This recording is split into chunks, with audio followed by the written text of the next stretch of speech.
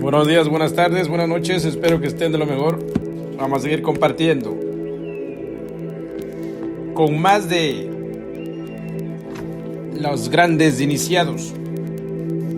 Vamos ahora con Krishna, la India y la iniciación brahmánica. El que crea sin cesar los mundos es triple. Es el Brahma, el Padre. Él es Maya, la Madre. Él es Vishnu, el Hijo, esencia, sustancia y vida. Cada uno contiene a los otros dos y los tres son uno en lo inefable. Doctrina brahmánica Upanishads. Tú llevas en ti mismo un amigo sublime que no conoces, porque Dios reside en el interior de todo hombre, pero pocos saben encontrarle. El hombre que hace el sacrificio de sus deseos y de sus obras al ser de dónde proceden los principios de toda cosa y por quién el universo ha sido formado, obtiene por tal sacrificio la perfección. Porque quien encuentre en sí mismo su felicidad, su gozo y en sí mismo también su luz, es uno con Dios. Y sábelo, el alma que ha encontrado a Dios se libra del renacimiento y de la muerte, de la vejez y del dolor, y bebe el agua de la inmortalidad. Bhagavad Gita. Primer capítulo de Krishna. La India heroica, los hijos del sol y los hijos de la luna. De la conquista de la India por los arios salió una de las más brillantes civilizaciones que ha conocido la tierra. El Ganges y sus afluentes vieron nacer grandes imperios e inmensas capitales, como Ayodhya, Hastinapura e Indrapeta. Las narraciones épicas del Mahabharata y las cosmogonías populares de los Puranas, que encierran las más viejas tradiciones de la India, hablan con admiración de la opulencia real, de la grandeza heroica del espíritu caballeresco de esos tiempos remotos. Nadie más orgulloso, pero tampoco más noble, que uno de esos reyes arios de la India, en pie sobre su carro de guerra, ejerciendo su mando sobre ejércitos de elefantes, de caballo y de soldados. Un sacerdote védico consagra así a su rey ante la multitud reunida: te he traído ante nosotros, todo el pueblo te espera. El cielo es firme, la tierra es firme, esas montañas son firmes.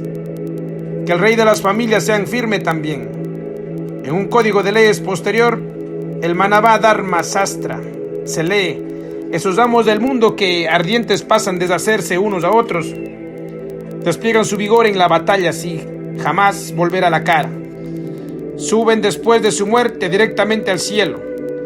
De hecho, se llaman descendientes de los dioses, se creen sus rivales y se preparan al serlo.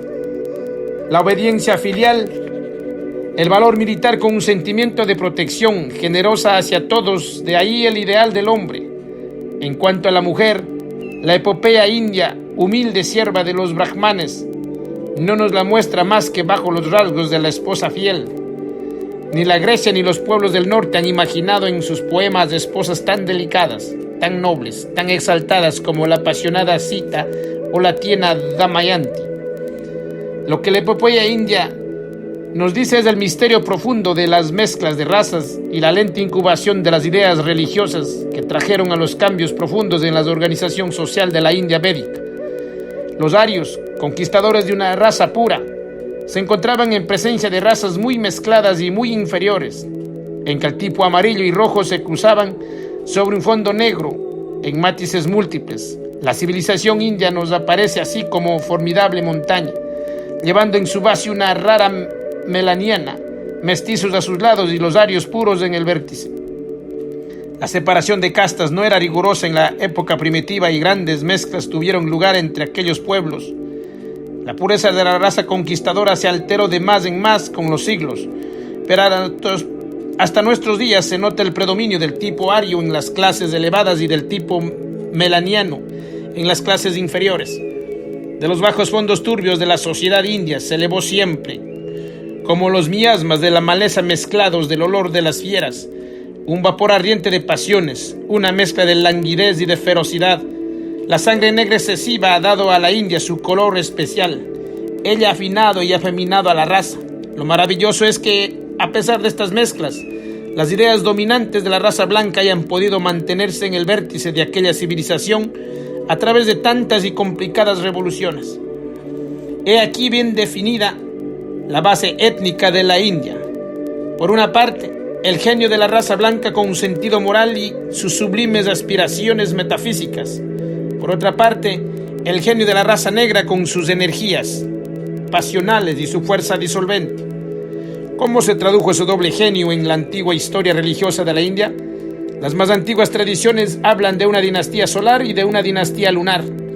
Los reyes de la dinastía solar pretendían descender del sol. Los otros se decían hijos de la luna.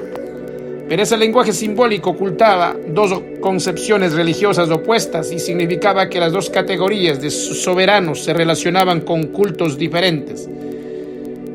El culto solar daba al dios del universo, el sexo masculino, alrededor de él se agrupaba todo lo que había de más puro en la tradición védica.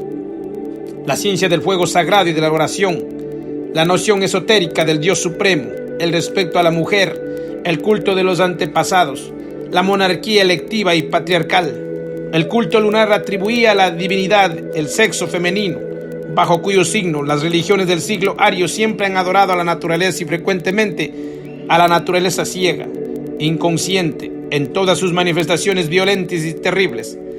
Este culto se inclinaba hacia la idolatría y la magia negra, favorecía la poligamia y la tiranía, apoyadas ambas en las pasiones populares, la lucha entre los hijos del sol y los hijos de la luna, entre los Pandavas y los Kauravas, forma el argumento mismo de la gran epopeya india. El Mahabharata, especie de resumen en perspectiva de la historia de la India aria antes de la constitución definitiva del brahmanismo. Esta lucha abunda en combates encarnizados, en aventuras extrañas e interminables. En medio de la gigantesca epopeya, los Kauravas, los reyes lunares, vencen los Pandavas, los nobles hijos del sol, los guardianes de los ritos puros, son destronados y proscritos, desterrados, se esconden en los bosques, se refugian entre los anacoretas, con trajes de corteza de árbol y bastones de ermitaño. ¿Van a triunfar los bajos instintos? Las potencias de las tinieblas representadas en la epopeya india por los rakshaspas negros, ¿van a vencer a los devas luminosos? ¿Va a aplastar la tiranía a los escogidos? Bajo su carro de guerra y el ciclón de las malas pasiones destruirá el altar védico, extinguirá el fuego sagrado de los antepasados. No, la India no hace más que comenzar su evolución religiosa. Ella va a desplegar su genio metafísico y organizador en la institución del brahmanismo. Los sacerdotes que utilizaban los reyes y los jefes con el nombre de purohitas, dedicados al sacrificio del fuego, habían ya llegado a sus consejeros y sus ministros. Tenían grandes riquezas, pero no hubieran podido dar a su casta esta autoridad soberana, esa posición intocable por encima del poder real mismo, sin el auxilio de otra clase de hombres que personifican el espíritu de la India en lo que tiene del más original y de más profundo. Estos son los sabios y puros anacoretas. Desde el tiempo inmemorial, esos ascetas habitaban en emitas, en fondo de las selvas, en las orillas de los ríos, en las montañas, cerca de los lagos sagrados. Se les veía un pronto solos como asambleas o cofradías, pero siempre unidos en un mismo espíritu. Se reconocen ellos a los reyes espirituales, los amos verdaderos de la India, herederos de los antiguos arios, de los rishis. Solo ellos poseen la interpretación secreta de los Vedas. En ellos vivía el genio del ascetismo, de la ciencia oculta, de los poderes trascendentes. Para alcanzar esta ciencia y este poder, desafían todo: el hambre, el frío, el sol abrasador, el horror de las malezas. Sin defensa, en su cabaña de madera, viven de oración y meditación. Con la voz, con la mirada, llaman o alejan a las serpientes, apaciguan a los leones y a los tigres. Dichosas las gentes que obtienen su bendición, pues tendrán a los devas por amigos. Desdichado quien los maltrate o los mate. Su maldición, dicen los poetas, persigue al culpable hasta su tercera encarnación. Los reyes tiemblan ante sus amenazas y, cosa curiosa, esos ascetas causan temor a los mismos dioses. En el Ramayana, Vishvamitra, un rey que se ha hecho asceta, adquiere tal poder por sus austeridades y sus meditaciones, que los dioses tiemblan por su propia existencia. Entonces Indra le envía la más encantadora de las apsatas, que van a bañarse al lago ante la choza del santo. El anacoreta es seducido por la ninfa celeste. Un héroe nace de su unión y por algunos millares de años la existencia del universo queda garantizada bajo estas exageraciones poéticas.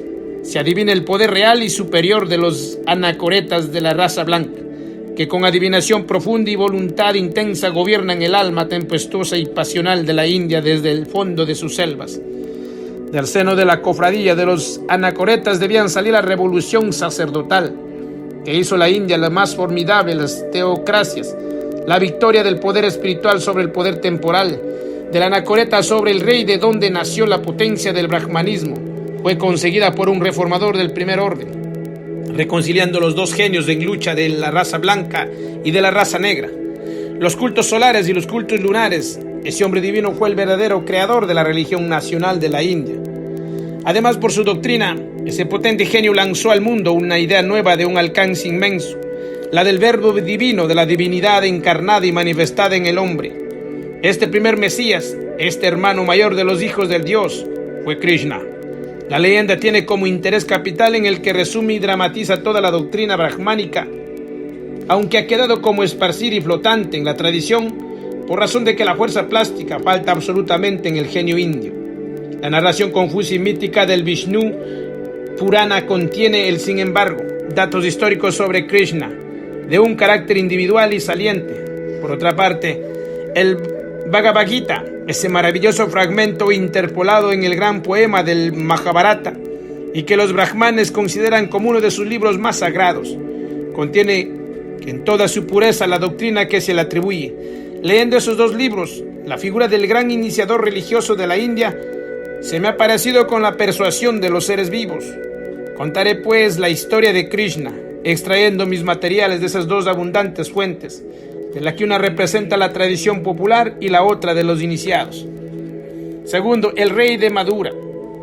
Al comienzo de la edad del Kali Yuga, hacia el año 3000 antes de nuestra era, según la cronología de los brahmanes, la sed del oro y el poder invadió al mundo durante varios siglos. Dicen los antiguos sabios, Agni, el fuego celeste que forma el cuerpo glorioso de los devas y que purifica el alma de los hombres, había esparcido sobre la tierra sus efluvios etéreos, pero el soplo ardiente de Kali, la diosa del deseo y de la muerte, que sale de los abismos de la tierra como igneo aliento, pasaba entonces sobre todos los corazones. La justicia había reinado con los nobles hijos de Pandú, los reyes solares que obedecen a la voz de los sabios y vencedores perdonaban a los vencidos y les trataban como iguales. Pero después que los hijos del sol fueron exterminados o arrojados de sus tronos y que sus pocos descendientes se ocultaban entre los anacoretas, la injusticia, la ambición y el odio habían dominado. Variables y falsas como el astro nocturno, cuyo símbolo adoptaron los reyes lunares, se hacían una guerra sin piedad. Uno de ellos, sin embargo, había logrado dominar a todos los otros por medio del terror y de prestigios singulares. En el norte de la India, a la orilla de un ancho río, brillaba una ciudad poderosa. Tenía ya 12 pagodas, 10 palacios y 100 puertas flanqueadas por torres.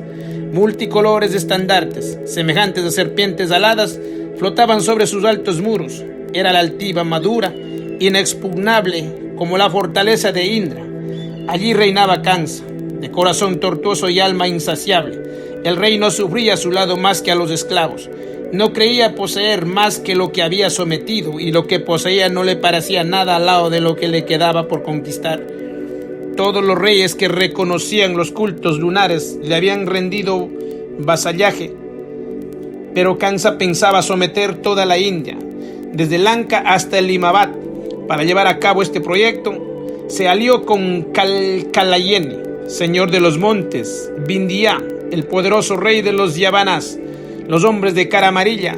Como sectario de la diosa Kali, Kalayeni se había dedicado a las tenebrosas artes de la magia negra. Se le llamaba amigo de los Rakshasas, o demonios noctívagos, y rey de las serpientes, porque se servía de esos animales para aterrorizar a su pueblo y a sus enemigos. En el fondo de una espesa selva se encontraba el templo de la diosa Kali, excavado en una montaña, inmensa caverna negra cuyo fondo se ignoraba y cuya entrada estaba guardada por los colosos con cabezas de animales tallados en la roca. Allí se llevaba a los que querían rendir homenaje al Kalayeni para obtener de él algún poder secreto. Aparecía él en la entrada del templo en medio de una multitud de serpientes monstruosas que se enroscaban alrededor de su cuerpo y se enderezaban al mando de su cetro, y obligaba a los tributarios a arrodillarse ante aquellos animales cuyas cabezas entretejidas aparecían por encima de la suya. Al mismo tiempo murmuraban una fórmula misteriosa.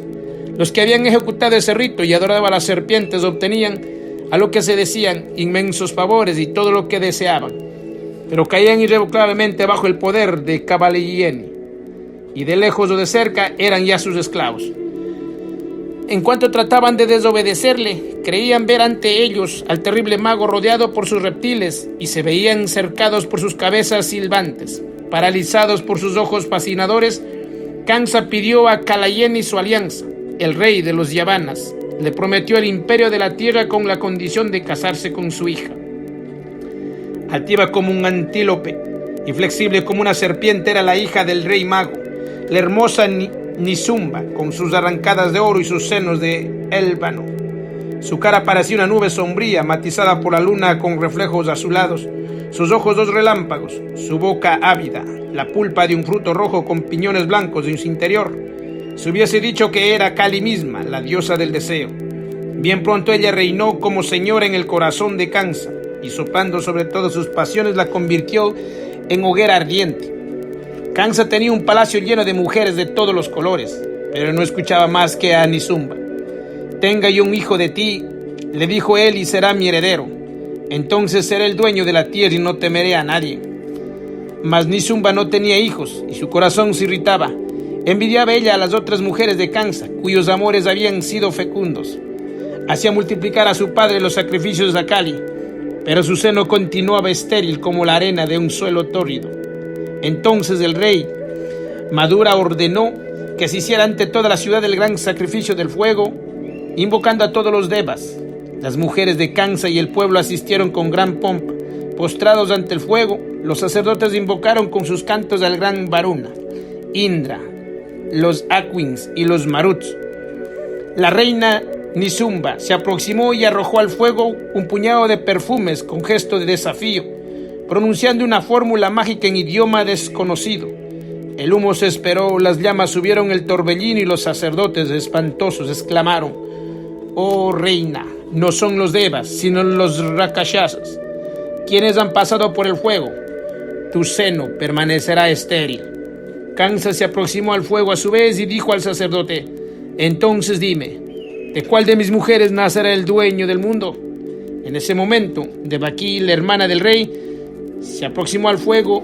Era una virgen de corazón sencillo y puro, que había pasado su infancia hilando y tejiendo, y que vivía como en un sueño. Su cuerpo estaba en la tierra, su alma parecía estar siempre en el cielo. Devaki se arrodilló humildemente, rogando a los devas que diesen un hijo a su hermano y a la hermosa Nisumba. El sacerdote miró alternativamente al fuego y a la virgen. De repente exclamó lleno de admiración: «Oh rey de Madura, ninguno de tus hijos será el dueño del mundo. Este nacerá en el seno de tu hermana, que aquí tienes». Grande fue la consternación de Kansa y la cólera de Nisumba. Al oír estas palabras, cuando la reina se encontró a solas con el rey, le dijo: «Es necesario que Devaki perezca inmediatamente». «¿Cómo?», respondió Kansa. «Voy a hacer morir a mi hermana. Si los devas la protegen, su venganza recaerá sobre mí». Entonces dijo Nisumba llena de furor: «Que ella reine en mi lugar, y que tu hermana dé al mundo a quien te haga perecer vergonzosamente. Yo no quiero reinar ya con un cobarde que tiene miedo a los devas, y vuelvo a casa de mi padre Kalayeni». Los ojos de Nisumba lanzaban fuegos oblicuos. Sus collares de oro se agitaban sobre su cuello negro y reluciente. Se arrojó a la tierra y su hermoso cuerpo se retorció como una serpiente furiosa. Kansa, ante la amenaza de perderla y fascinado por una voluptuosidad terrible, quedó sobrecogido de miedo y de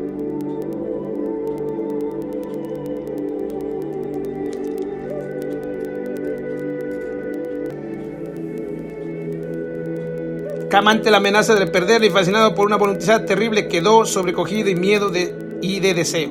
«Bueno», dijo, «Devaki morirá, Pero no me dejes. Un relámpago de triunfo brilló en los ojos de Nizumba. Una oleada de sangre enrojecida. Se levantó de un salto y abrazó al tirano domado con sus brazos flexibles. Después, rozándole con su pecho de ébano, del que exhalaban embriagadores perfumes, y tocándole con sus... Ofreceremos un sacrificio a Kali, la diosa del deseo y de la muerte, y ella nos dará un hijo que será el dueño del mundo. Aquella misma noche el Purohita, jefe del sacrificio, vio en sueños al rey Kansa, que sacaba la espada contra su hermana. Enseguida fue a casa de la Virgen de Baki.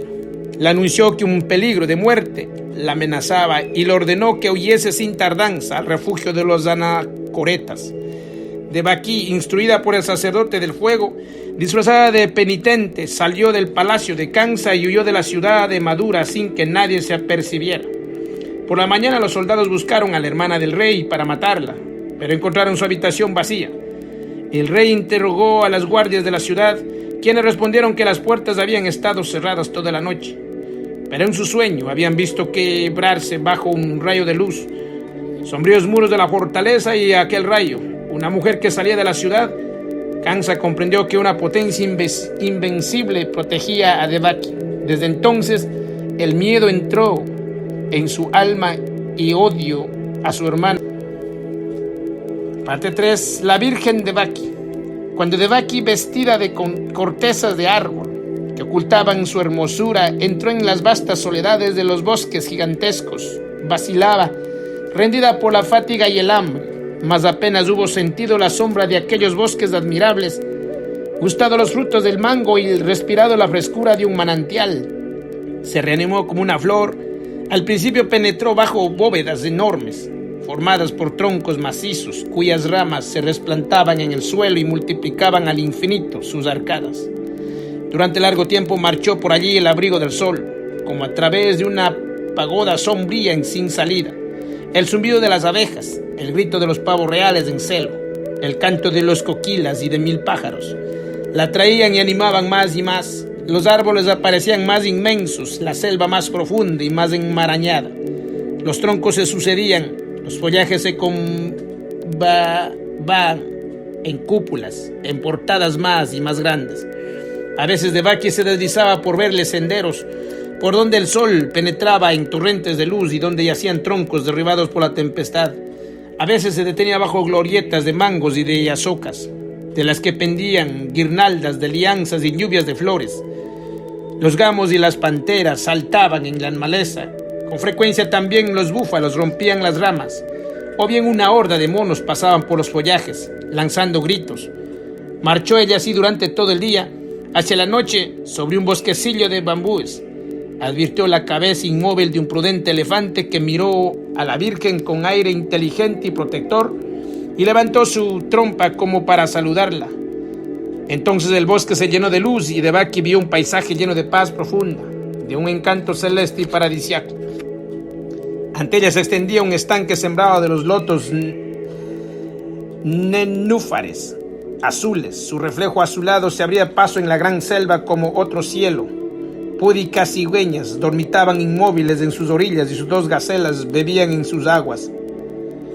Al otro lado se veían, al abrigo de las palmeras, la ermita de los anacoretas. Una luz rosada y tranquila bañaba el lago, los bosques y la morada de los santos rishis. En el horizonte, la cima blanca del monte Meru dominaba el océano de las selvas. El aliento de un río invisible animaba las plantas y el estruendo, atenuando en una catarata lejana, vagaba en la brisa como una caricia o como una melodía. Al borde del estanque, Devaki vio una barca. En pie y a su lado, un hombre de edad madura. Un anacoreta parecía esperar. Silenciosamente hizo señal a la Virgen de entrar en la barca y cogió los remos. Mientras la canoa partía rozando los nenúfares, Devaki vio nadar en el estanque a la hembra de un cisne. Con vuelo atrevido, un cisne macho llegado por los aires empezó a describir grandes círculos a su alrededor y luego se metió en el agua al lado de su compañera. Estremeciendo su plumaje de nieve al ver esto, Devaki se inmutó profundamente sin saber por qué. Entre tanto, la barca había tocado la orilla opuesta y la Virgen de los Ojos de Loto se encontró ante el rey de los anacoretas, Vasichta. sentado sobre una piel de gacela y vestido con otras de antílope negro. Tenía el aire venerable de un dios más bien que de un hombre. Desde la edad de 60 años solo se alimentaban de frutos silvestres. Su cabellera y su barba eran blancas como las cimas de Himabat. Su piel transparente, la mirada de sus ojos vagos vuelta hacia sí por meditación. Al ver a Devaki se levantó y las saludó con esas palabras: Devaki, hermana de ilustre Kansa, sé bienvenida entre nosotros, guiada por Mahadeva, el Maestro Supremo. ¿Has dejado el mundo de las miserias para venir al de las delicias?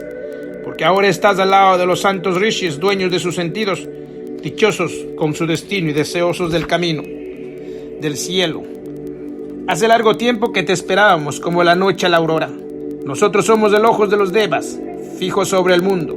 Nosotros que vivimos en lo más profundo de las selvas. Los hombres no nos ven, mas nosotros vemos a los hombres y seguimos sus acciones. La edad sombría del deseo, de la sangre y del crimen se cierne sobre la tierra. Te hemos elegido para la obra de liberación, y de los devas te han escogido por meditación nuestra. En el seno de una mujer el rayo de esplendor divino debe recibir una forma humana. En este momento los rishis salían de la ermita para la oración de la tarde. El viejo Vasishta les ordenó que se inclinaran hasta tierra antes de Devaki. Así lo hicieron. Y Vasishta dijo: esta será nuestra madre, porque de ella nacerá el espíritu que debe regenerarnos. Después, volviéndonos hacia ella, prosiguió: vete, hija mía. Los rishis te llevarán al estanque vecino donde viven las hermanas penitentes. Vivirás entre ellas, los misterios se cumplirán. Devaki fue a vivir a una ermita rodeada de lianas, entre mujeres piadosas que alimentan a las gacelas domesticadas, dedicando su vida a las abluciones y a la oración. Tomaba ella parte en sus sacrificios. Una mujer de edad madura le daba las instrucciones secretas. Aquellas penitentes habían recibido la orden de vestirla como una reina, con telas exquisitas y perfumadas, y dejarla vagar sola en pleno bosque. La selva llena de perfumes, de voces y de misterios atraía a la joven. A veces encontraba cortejos de viejos anacoretas que volvían del río. Al verla se arrodillaban ante ella y después proseguían su camino. Un día, al lado de una fuente velada por lotos rosados, vio a un joven anacoreta que erraba. Él se levantó cuando se aproximaba, lanzó sobre ella una mirada triste y profunda y se alejó en silencio. Las figuras graves de los viejos, la imagen de los cisnes y la mirada del joven anacoreta eran el tema de los sueños de la Virgen. Cerca del manantial había un árbol de edad inmemorial y grandes ramas que los santos rishis llamaban el árbol de la vida. Devaki gustaba de sentarse en su sombra, con frecuencia dormitaba allí, visitada por visiones extrañas. Tras de las ramas oía coros que cantaban: gloria a ti, Devaki. Vendrá coronado de luz ese fluido puro emanado de la gran alma, y las estrellas palidecerán ante su esplendor. Vendrá y la vida desafiará a la muerte y rejuvenecerá la sangre de todos los seres. Vendrá más dulce que la miel y el amrita, más puro que el cordero sin mancha y la boca de una virgen, y todos los corazones se sentirán transportados de amor. Gloria, gloria, gloria a ti, Devaki. ¿Eran los anacoretas? ¿Eran los devas quienes cantaban así? A veces le parecía que una influencia lejana, una presencia misteriosa, como una mano invisible extendida sobre ella, la obligaba a dormir. Entonces caía en un sueño profundo, suave, inexplicable, del que salía confusa y turbada. Se volvía como para buscar a alguien, pero a nadie veía. Solamente encontraba, a veces, rosas sembradas sobre su lecho de hojas, o una corona de loto entre sus manos. Un día, Devaki cayó en un éxtasis más profundo. Oyó ella una música celeste, como un océano de arpas y de voces divinas. De repente el cielo se abrió en abismos de luz. Miles de seres espléndidos la miraban, y en el fulgor de un rayo deslumbrante, el sol de los soles, Mahadeva, se le apareció en forma humana. Iluminada por el espíritu de los mundos, perdió el conocimiento y en el olvido de la tierra y en la felicidad sin límites concibió al niño divino. Cuando los 7 lunas hubieron descrito sus círculos mágicos alrededor de la selva sagrada, el jefe de los anacoretas llamó a Devaki. La voluntad de los devas se ha cumplido, dijo. Has concedido en la pureza del corazón, en el amor divino. Virgen y madre, te saludamos. Un hijo nacerá de ti, que será el salvador del mundo. Tu hermano Kansa te busca para matarte, con el tiempo fruto que llevas en tu seno. Es necesario escapar a su persecución. Los hermanos van a guiarte a las viviendas de los pastores que habitan al pie del monte Meru, bajo los cedros dolorosos en el aire puro de Himavat. Allí darás a luz a tu Hijo divino y le llamarás Krishna, el consagrado. Que al ignores su origen y el tuyo, no le hables de ello nunca. Ve sin temor, pues velaremos sobre ti. Y Devaki se fue a vivir con los pastores del monte Meru. Atharva Veda. Una nota es indispensable acerca del sentido simbólico de la leyenda y sobre el origen real de aquellos que han llevado en la historia del nombre de los hijos de Dios.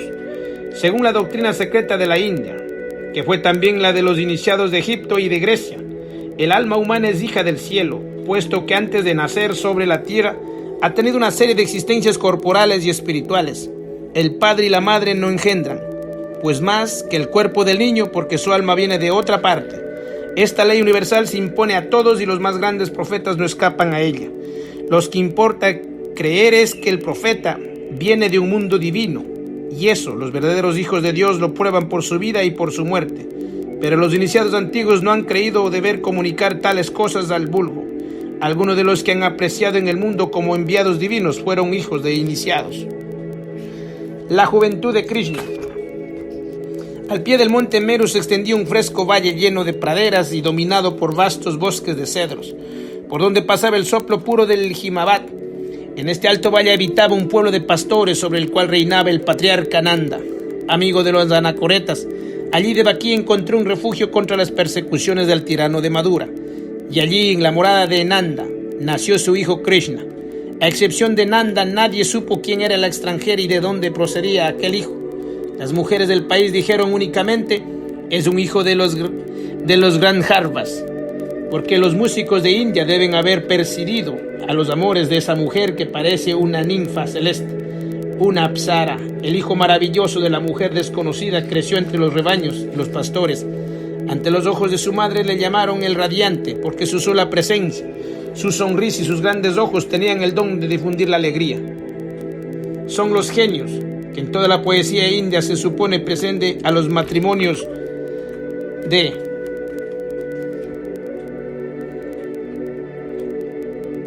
animales, niños, mujeres, hombres. Todo el mundo le quería, y él parecía querer a todo el mundo, sonriendo a su madre, jugando con las ovejas y los niños de su edad o hablando con los viejos.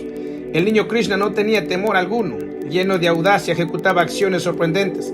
A veces se le encontraba en los bosques, recostado sobre el musgo, abrazada a jóvenes panteras y abriéndoles la boca sin que se atreviesen a morderla. Tenía también inmovilidades repentinas, admiraciones profundas, tristezas extrañas. Entonces se apartaba de todos y grave, absorto, miraba sin responder. Pero sobre todas las cosas y todos los seres, Krishna adoraba a su joven madre, tan bella, tan radiante, que le hablaba al cielo de los devas, de combates heroicos y de cosas maravillosas que ella había aprendido con los anacoretas. Y los pastores que conducían rebaños bajo los cedros del monte Meru decían: ¿quién es esta madre y quién su hijo? Aunque vestida como nuestras mujeres, parece una reina. El hijo maravilloso se ha criado con los nuestros, y sin embargo no les parece. ¿Es un genio? ¿Es un dios? Quien quiera que sea, nos traerá felicidad. Cuando Krishna tuvo 15 años, su madre Devaki fue vuelta a llamar por el jefe de los anacoretas. Un día desapareció sin decir adiós a su hijo. Krishna, no viéndola ya, fue a buscar la patriarca Nanda y le dijo: ¿dónde está mi madre? Nanda respondió inclinando la cabeza: hijo mío, no me lo preguntes. Tu madre ha partido para un largo viaje. Ha vuelto al país de donde vino y no sé cuándo volverá. Krishna no respondió nada, pero cayó en una meditación tan profunda que todos los niños se apartaban de él como sobrecogidos por un temor supersticioso. Krishna abandonó a sus compañeros, dejó sus juegos y perdió en sus pensamientos. Se fue solo por el monte Meru y erró así durante varias semanas.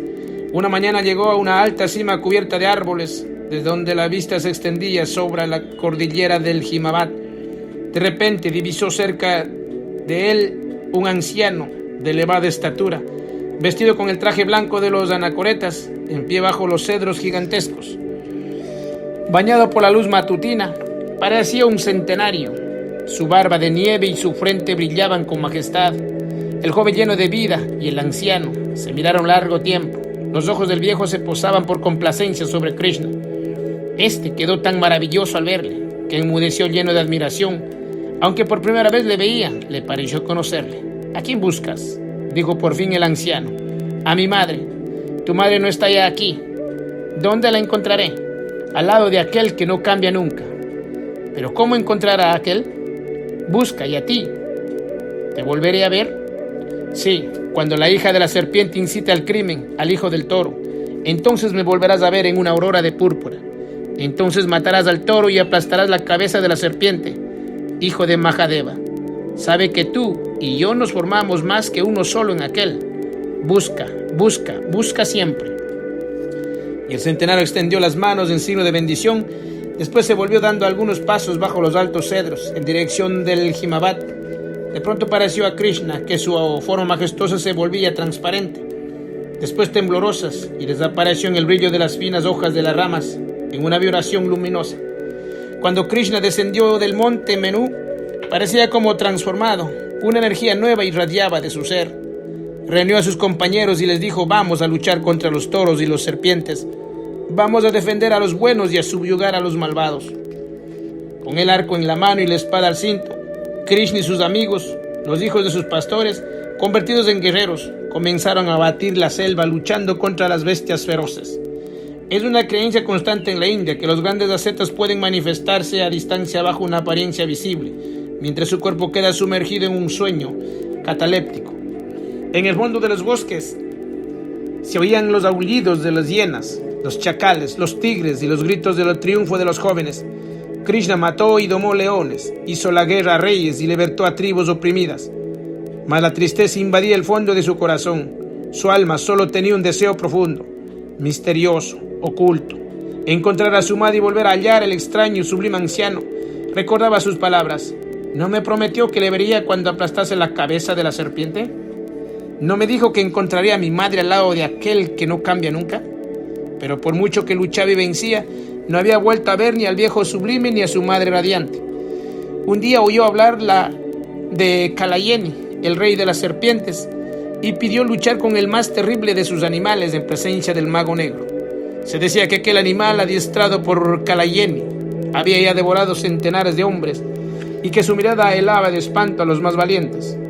Del fondo del templo tenebroso de Kali, Krishna vio salir, a la voz de Kalayeni, un largo reptil azul verdoso. La serpiente enderezó lentamente su cuerpo grueso, hinchó su cresta rojiza y sus ojos penetrantes se encendieron en su cabeza monstruosa, cubierta de conchas relucientes. Esta serpiente, dijo Kalayeni, sabe muchas cosas. Es un demonio poderoso. No se las dirás más que a quien la mate. Ella mata a los vencidos. Te ha visto, te mira, estás en su poder. Solo te resta adorarla y perecer en una lucha insensata. A estas palabras Krishna se indignó, porque sentía en su corazón era como la punta del rayo. Miró a la serpiente y se lanzó sobre ella, cogiéndola por debajo de la cabeza. Hombre y serpiente rodaron por las escaleras del templo. Pero antes que el reptil se le hubiese enroscado, Krishna le cortó la cabeza con su espada, desembarazándose del cuerpo, que se retorcía aún. El joven vencedor levantó con aire de triunfo la cabeza de la serpiente en su mano izquierda.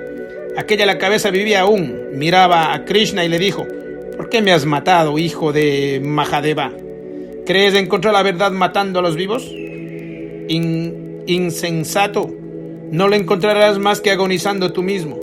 La muerte está en la vida está en la muerte. Teme a la hija de la serpiente y a la sangre vertida. Guárdate, ten cuidado.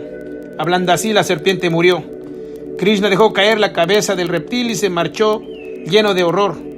Kalayeni dijo: no puedo nada sobre este hombre. Solo Kali podría dominarle con un encanto. Tras un mes de abluciones y de oración en la orilla del Ganges, luego de haberse purificado en la luz del sol y en el pensamiento de Mahadeva, Krishna volvió a su país natal entre los pastores del monte Meru. La luna de otoño mostraba sobre los bosques de cedro su globo resplandeciente.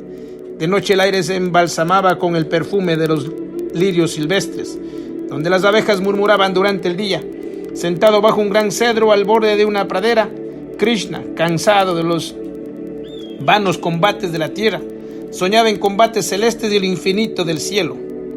Cuanto más pensaba en su radiante madre, en el anciano sublime, más sus hazañas juveniles le parecían despreciables y más las cosas del cielo se le hacían vivas. Un encanto consolador, una diva reminiscencia la inundaban por completo.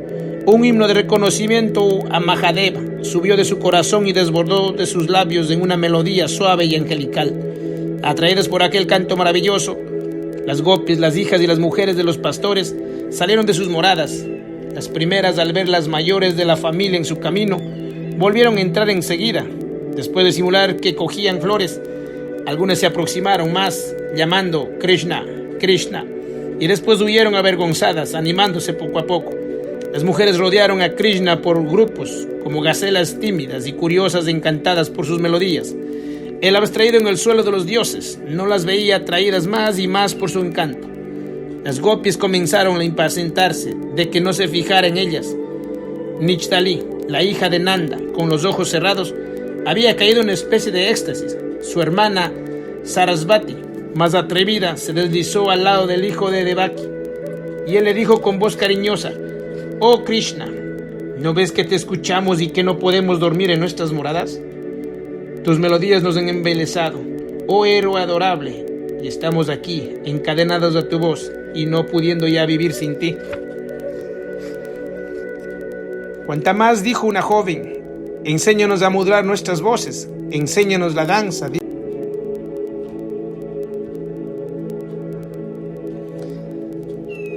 Saliendo de su sueño, lanzó sobre las gopis benévolas miradas, le dirigió palabras amables y cogiéndolas de la mano las hizo sentar sobre el césped, a la sombra de los grandes cedros, bajo la luz de la luna brillante. Entonces les contó lo que había visto en su ensimismamiento, la historia de los dioses y de los héroes, las guerras de Indra y las hazañas del divino Rama. Mujeres y moscas escuchaban encantadas. Aquellas narraciones duraban hasta el alba. Cuando la arrasaba aurora, subía tras del monte Merú y las coquillas comenzaban a cantar bajo los cedros. Las hijas y las mujeres de los gopis volvían furtivamente a sus viviendas, pero al día siguiente, en cuanto la luna mágica mostraba su creciente, volvían más ávidas de escucharle. Krishna, al ver que se exaltaba con sus relatos, las enseñó a cantar con sus voces y a figurar con sus gestos las acciones sublimes de los héroes y de los dioses. A una les dio vinas de cuerdas vibrantes como almas, a las otras címbalos sonoros como los corazones de los guerreros y tambores que imitan el trueno. Eligiendo a las más bellas, las animaba con sus pensamientos y con los brazos extendidos, andando y moviéndose en un sueño divino. Las bailarinas sagradas representaban a la majestad de Varuna, la cólera de Indra matando al dragón, a la desesperación de Maya abandonada.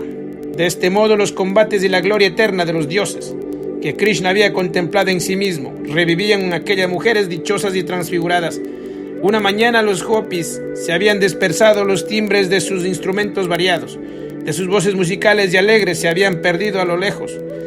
Krishna, solo bajo el gran cedro, vio venir a las dos hijas de Nanda, Sarasvati y Nichandali, que se sentaron a su lado. Sarasvati, echando sus brazos alrededor del cuello de Krishna y haciendo ruido con sus brazaletes, le dijo: «Al enseñarnos los cantos y las danzas sagradas, has hecho de nosotros las más dichosas de las mujeres, pero seremos las más desdichadas cuando te marches. ¿Qué será de nosotros cuando no te veamos más?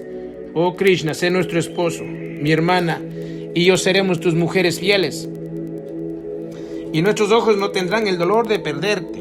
Mientras Sarasvati hablaba así, Nichdali cerró los párpados como si cayera en éxtasis. «Nichdali, ¿por qué cierra los ojos?», preguntó Krishna. «¿Estás celosa?», respondió Sarasvati riendo. «No quiero ver mis brazos rodeando tu cuello». «No», respondió Nichdali, ruborizándose. «Cierro los ojos para contemplar tu imagen que está grabada en el fondo de mí misma. Krishna, ¿puedes marchar? No te perderé nunca». Krishna estaba pensativo. Rechazó sonriendo los brazos de Sarasvati, que apasionadamente oprimían su cuello, y mirando alternativamente a las dos mujeres, pasó sus brazos alrededor de sus talles. Primero posó su boca sobre los labios de Sarasvati, luego sobre los ojos de Nichdali. En esos dos largos besos, el joven Krishna pareció sondear y saborear todas las voluptuosidades de la tierra.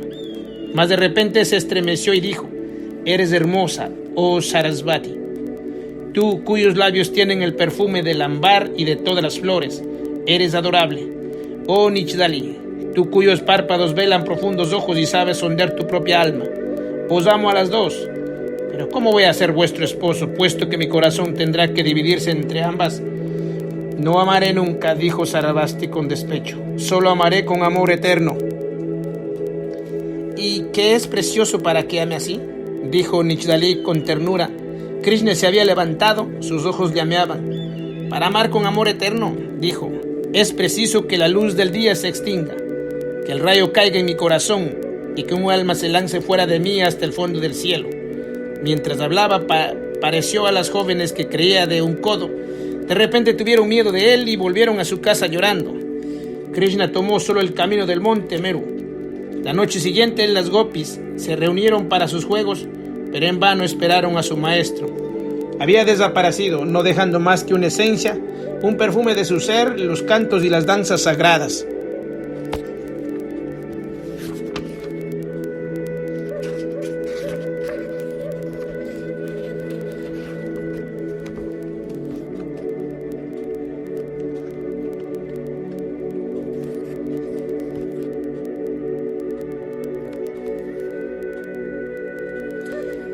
Entre tanto, el rey Kansa, en la iniciación, al saber de su hermana Devaki, había vivido con los anacoretas. Sin haberlo podido descubrir, empezó a perseguirlos como a bestias feroces, teniendo aquellos que refugiarse en la parte más recóndita y más salvaje de la selva. Entonces su jefe, el viejo Vasishta, el centenario, se puso en camino para hablar al rey de Madura. Los guardias vieron con admiración aparecer ante las puertas del palacio un anciano ciego, guiado por una gacela que llevaba atada. Llenos de respeto, el rishi le dejaron pasar. Vasishta se aproximó al trono donde Kansa estaba sentado al lado de Nisumba y le dijo: Kansa, rey de Madura, desgraciado de ti, hijo del toro, que persigues a los solitarios de la selva santa. Desgraciada de ti, hija de la serpiente, que le inspiras el odio. Vuestro castigo está próximo. Sabed que el hijo de Devaki vive. Vendrá cubierto con una armadura invulnerable y te arrojará desde tu trono a la ignominia. Ahora temblad y temed, es el castigo que los devas os asignan. Los guerreros, los guardias, los servidores se habían postrado ante el santo centenario que volvió a salir conducido por su gacela, sin que nadie se atreviera a tocarle. Pero a partir de aquel día, Kansa y Nisumba pensaron en los medios de hacer morir secretamente al rey de los anacoretas. Devaki había muerto y nadie, aparte de Vasishta, sabía que Krishna era su hijo. El ruido de las hazañas de este había llegado a oídos del rey Kansa. Pensó: tengo necesidad de un hombre fuerte para defenderme. El que ha matado a la gran serpiente de Kalayeni no tendría miedo de la anacoreta. Kansa mandó decir al patriarca Nanda: envíame al joven héroe Krishna para que sea el conductor de mi carro y mi primer consejero. Nanda comunicó a Krishna la orden del rey y Krishna respondió: iré. Aparte pensaba: ¿el rey de Madura será aquel que no cambia jamás? Por él sabré dónde está mi madre. Kansa, viendo la fuerza, la destreza y la inteligencia de Krishna, le estimaba mucho y le confió la guardia de su reino. Nisumba, al ver al héroe del monte Meru, se estremeció en su carne con un deseo impuro y su espíritu sutil tramó un proyecto tenebroso a la luz de un pensamiento criminal. Sin que el rey lo supiera, llamó a su gineceo, el conductor del carro, como maga que era. Posee el arte de rejuvenecerse momentáneamente por medio de filtros poderosos. El hijo de Devaki encontró a Nisumba del seno del ébano, casi desnuda sobre un lecho de púrpura. Anillos de oro ceñían sus tobillos y sus brazos. Una diadema de piedras preciosas chispeando sobre su cabeza. A sus pies ardía un pebetero de cobre, del que se escapaban una nube de perfumes. Krishna dijo a la hija del rey de las serpientes: tu frente es más tranquila que la nieve del Himavat, y tu corazón es como la punta del rayo. En tu inocencia resplandece sobre los reyes de la tierra. Aquí nadie te ha reconocido. Tú te ignoras a ti mismo. Solo yo sé quién eres. Los devas han hecho de ti el dueño de los hombres. Solo yo puedo hacer de ti el dueño del mundo. ¿Quieres? Si Mahadeva habla por tu boca, dijo Krishna, con grave acento me dirás dónde está mi madre y dónde encontraré al gran anciano que me habló bajo los cedros del monte Meru. En la India antigua estas dos funciones estaban con frecuencia reunidas en una misma persona. Los conductores de los carros de los reyes eran grandes personajes y frecuentemente los ministerios de los monarcas. Los ejemplos son numerosísimos en la poesía indonesia. Tu madre, dijo Nizumba con desdeñosa sonrisa, ¿no soy yo ciertamente quien te lo enseñará? En cuanto a tu anciano, no lo conozco, insensato. Persigues sueños y no ves los tesoros de la tierra que yo te ofrezco. Hay reyes que llevan la corona y que no son reyes. Hay hijos de tus pastores que llevan la realeza en tu frente y no conocen su fuerza. Tú eres fuerte, joven, bello, los corazones están contigo. Mata al rey durante su sueño y yo pondré la corona sobre tu cabeza y serás el dueño del mundo.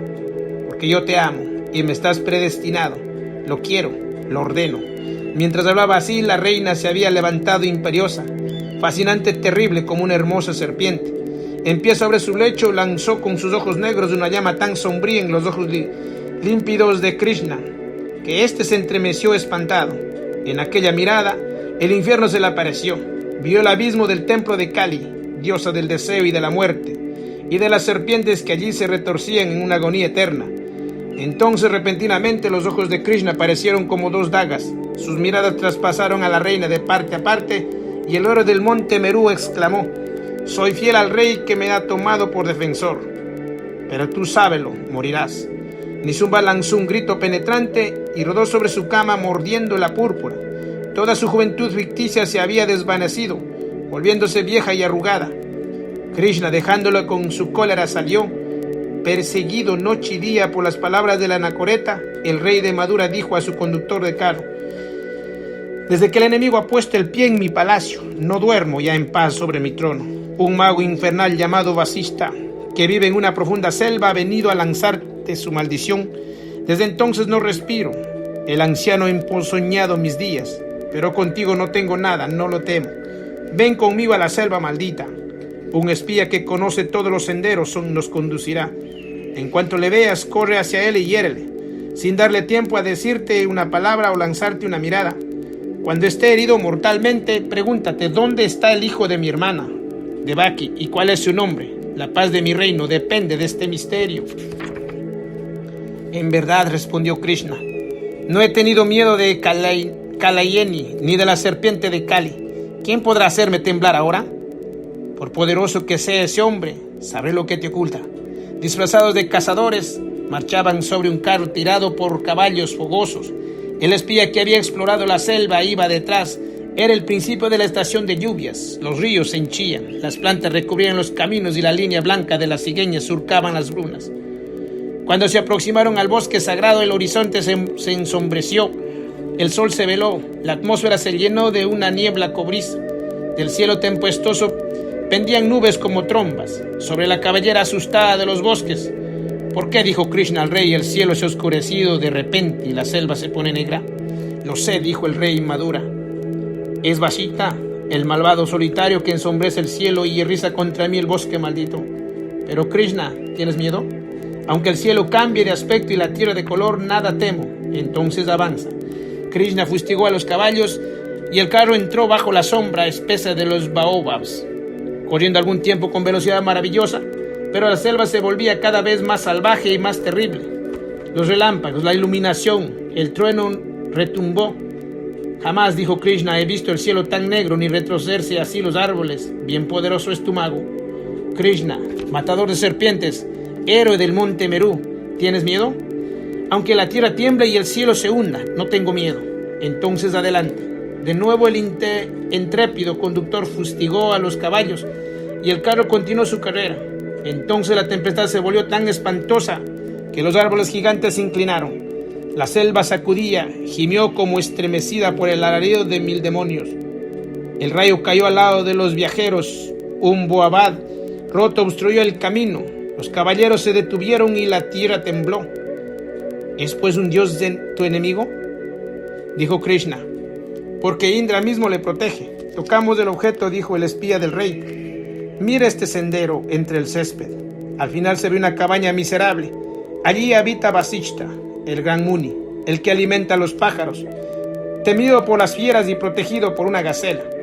Pero ni por una corona de rey daré un paso más. A esas palabras el rey Madura se había puesto lívido. ¿Es allí realmente detrás de aquellos árboles? Y cogiéndolos temblorosos a Krishna, murmuró en voz baja, estremeciéndose todos sus miembros: Vasishta, Vasishta, el que medita mi muerte está allí. Me ve desde el fondo de su retiro. Su ojo me persigue. Líbrame de él. Sí, por Mahadeva, dijo Krishna, bajando el carro y saltando por encima del tronco de Boabod. Quiero ver al que te hace temblar así. En Muni centenario, Vasishta vivía hacía un año en aquella cabaña escondida en lo más profundo de la selva santa, esperando la muerte. Antes de morir el cuerpo se había liberado de la prisión de la materia, sus ojos se habían extinguido, pero veían por el alma. Su piel percibía apenas el calor y el frío, pero su espíritu vivía en una unidad perfecta con el espíritu soberano. No veía ya las cosas de este mundo más que a través de la luz de Brahma. Rezando, meditando sin cesar, un discípulo fiel le llevaba diariamente a la ermita los granos de arroz de que vivía, la gacela que comía en su mano. Le advertía bramando de la proximidad de las fieras. Entonces las alejaba murmurando un mantra y extendiendo su bastón de bambú de 7 nudos. En cuanto a los hombres, quienesquiera que fuesen, los veía venir por medio de su mirada interna, desde varias lenguas de distancia. Krishna, marchando por el estrecho sendero, se encontró de repente frente a Vasishta, el rey de los anacoretas. Estaba sentado, las piernas cruzadas sobre una estera, apoyado contra el poste que sostenía su cabaña, en una paz profunda. De sus ojos de ciego salía un resplandor interno de vidente. En cuanto Krishna le vio, reconoció que era el sublime anciano. Sintió una conmoción de alegría, y el respeto inclinó hacia su alma entera. Olvidando al rey, su carro y su reino, se arrodilló ante el santo y le adoró. Vasishta parecía verle. Su cuerpo apoyado en la cabaña se enderezó por una ligera oscilación. Extendió los 2 brazos para bendecir a su huésped y a sus labios murmuraron la sílaba sagrada: Aum. El rey de Kansa, al no oír nada ni ver a volver su conductor, se deslizó con furtivo paso por el sendero y quedó petrificado del asombro viendo a Krishna arrodillado ante el santo anacoreta. Este dirigió a Kansa sus ojos de ciego y levantando su bastón dijo: Rey de Madura, vienes a matarme, está bien. ¿Por qué vas a liberarme de la miseria de este cuerpo? ¿Quieres saber dónde está el hijo de tu hermana Devaki, que ha de destronarte? Helo aquí, inclinado ante mí y ante Mahadeva, y es Krishna, tu propio conductor. Considera cuán insensato eres y cuán maldito, puesto que tu enemigo más terrible es ese mismo. Me lo has traído para que yo te diga que es el predestinado. Tiembla, estás perdido, pues tu alma infernal va a ser presa de los demonios. Kansa escuchaba estupefacto, no osaba mirar al anciano cara a cara. Pálido de ira y viendo a Krishna de rodillas, cogió su arco y tendiéndole con toda su fuerza, lanzó una flecha contra el hilo de Devaki. Pero el brazo había temblado y la flecha se desvió, yéndose a clavar en el pecho de Vasishta, que con los brazos en cruz parecía esperarla como en éxtasis. Un grito se oyó, un grito terrible, no del pecho del anciano, sino del de Krishna. Él había sentido vibrar la flecha en su oído, la había visto en la carne del santo, y le parecía que se había clavado en su propio corazón. De tal modo su alma en ese instante se había identificado con la del Rishi. Con esta flecha aguda, todo el dolor del mundo traspasó el alma de Krishna, la desgarró hasta sus profundidades. En la iniciación brahmánica significa el Dios supremo, el Dios espíritu. Cada una de estas letras corresponde a una de las facultades divinas, popularmente hablando, a una de las personas de la Trinidad. Con esta flecha aguda todo el dolor del mundo traspasó el alma de Krishna, le desgarró hasta sus profundidades. Entre tanto, Vasishta, con la flecha en su pecho sin cambiar de postura, agitaba aún los labios y murmuró: Hijo de Mahadeva, ¿por qué lanzar este grito? Matar es vano, la flecha no puede herir al alma y la víctima es del vencedor del asesino. Triunfa, Krishna, el destino se cumple y yo vuelvo a aquel que no cambia jamás. Que Brahma reciba mi alma, pero tú, su elegido, salvador del mundo, en pie. Krishna, Krishna. Y Krishna se levantó con la mano en su espada, quiso volverse contra el rey, pero Kansa había huido. Entonces su resplandor rendió el negro cielo, y Krishna cayó a tierra como herido por el rayo bajo una luz deslumbradora. Mientras su cuerpo permanecía insensible, su alma, unida a la del anciano, por el poder de la simpatía, subió en los espacios. La tierra con sus ríos, sus mares, sus continentes, desapareció como una negra esfera, y los dos se elevaron al séptimo cielo de los Devas, hasta el Padre de los seres, el Sol de los soles, Mahadeva, la inteligencia divina. Ambos se sumergieron en un océano de luz que se abría ante ellos. En el centro de la esfera, Krishna vio a Devaki, su madre radiante, su madre glorificada, que con su sonrisa inefable le tendía los brazos, le atraía a su seno. Millares de devas venían a beber en la radiación de la Virgen Madre como en un foco incandescente, y Krishna se sintió reabsorbido en una mirada de amor de Devaki. Entonces, del corazón de la Madre luminosa, su ser irradió a través de todos los cielos. Sintió que él era el Hijo, el alma divina de todos los seres, la palabra de vida, el verbo creador superior a la vida universal. Él la penetraba, sin embargo, por la esencia del dolor, por el fuego de la oración y la felicidad de un divino sacrificio. La leyenda de Krishna nos lleva a la fuente misma de las ideas de la Virgen Madre, del hombre Dios y de la Trinidad. En la India, esta idea aparece desde el origen en su simbolismo. Cuando Krishna volvió, en el trueno retumbaba aún en el cielo, la selva estaba sombría y torrentes de lluvia caían sobre la cabaña. Una gacela lamía la sangre sobre el cuerpo del asceta atravesado. El anciano sublime ya no era más que un cadáver, pero Krishna se levantó como resucitado. Un abismo le separaba del mundo en sus vanas apariencias. Él había percibido la gran verdad y comprendido su misión. En cuanto al rey Kansa, lleno de espanto, huía sobre su carro perseguido por la tempestad, y sus caballos se encabritaban como fustigados por demonios. Transparente con su profundo sentido metafísico, en el libro 5, capítulo 2, en el Vishnu Purana, después de contar la concepción de Krishna por Devaki, añade: nadie podía mirar a Devaki a causa de la luz que le envolvía, y los que contemplaban su esplendor sentían el espíritu turbado. Los dioses invisibles a los mortales celebran continuamente sus alabanzas de que Vishnu estaban encerrado en su persona. Ellos decían: tú eres Prakriti, infinita y sutil, que llevó antes de Brahma en su seno. ¿No fuiste luego la diosa de la palabra, la energía del creador del universo y la madre de los Vedas? Oh tú, ser eterno, que comprendes en tu sustancia la esencia de todas las cosas creadas, tú eres idéntica con la creación. Tú eres el sacrificio de donde procede cuando produce la tierra. Tú eres la madera que por el frotamiento engendra el fuego. Como Adite, eres la madre de los dioses. Como Dite, eres la de los Dayas, sus enemigos. Tú eres la luz de donde nace el día. Eres la humildad, madre de la verdadera sabiduría. Tú eres la política de los reyes, madre del orden. Tú eres el deseo de que nace el amor. Tú eres la satisfacción de donde la resignación deriva. Tú eres la inteligencia, madre de la ciencia. Tú eres la paciencia, madre del valor. Todo el firmamento y las estrellas son tus hijos. De ti procede todo cuanto existe. Tú has descendido a la tierra para salvación del mundo. Ten compasión de nosotros, oh diosa, y muéstrame favorable al universo. Sea orgullosa de llevar en ti al Dios que sostiene al mundo. Este pasaje prueba que los brahmanes identificaban a la madre de Krishna con la sustancia universal y el principio femenino de la naturaleza. De este hicieron ellos la segunda persona de la Trinidad divina, de la tríada inicial y no manifestada. El Padre Nara, eterno masculino, la Madre Nari, eterno femenino, y el Hijo Viradi, verbo creador.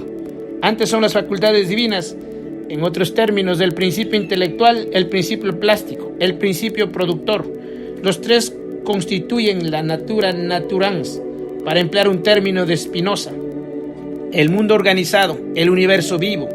Natura naturata es el producto del verbo creador que se manifiesta a su vez bajo sus formas. Brahma, el espíritu, corresponde al mundo divino. Vishnu, el alma, responde al mundo humano. Shiva, el cuerpo, se refiere al mundo natural. En estos tres mundos, el principio masculino y el principio femenino, esencia y sustancia, son igualmente activos, y el eterno femenino se manifiesta a la vez a la naturaleza terrestre, humana y divina. Isis es triple, Cibeles también. Se ve así concebida que la doble trinidad, la de Dios, la del universo, contiene los principios del cuadro de una teodicea y de una cosmogonía. Es justo reconocer que esta idea madre ha salido de la India. Todos los templos antiguos, todas las grandes religiones y varias filosofías célebres han adoptado desde el tiempo de los apóstoles y en los primeros siglos del cristianismo. Los iniciados cristianos reverenciados al principio femenino de la naturaleza visible e invisible, bajo el nombre del Espíritu Santo, representado por una paloma, signo de la potencia femenina en todos los templos del Asia y de Europa. Si después de la Iglesia ha ocultado y perdido la clave de sus misterios, su sentido se halla aún escrito en sus símbolos. Bueno, amados hermanos, seguiré compartiendo más acerca de esta historia. Que el Eterno lo bendiga grandemente. Bye bye.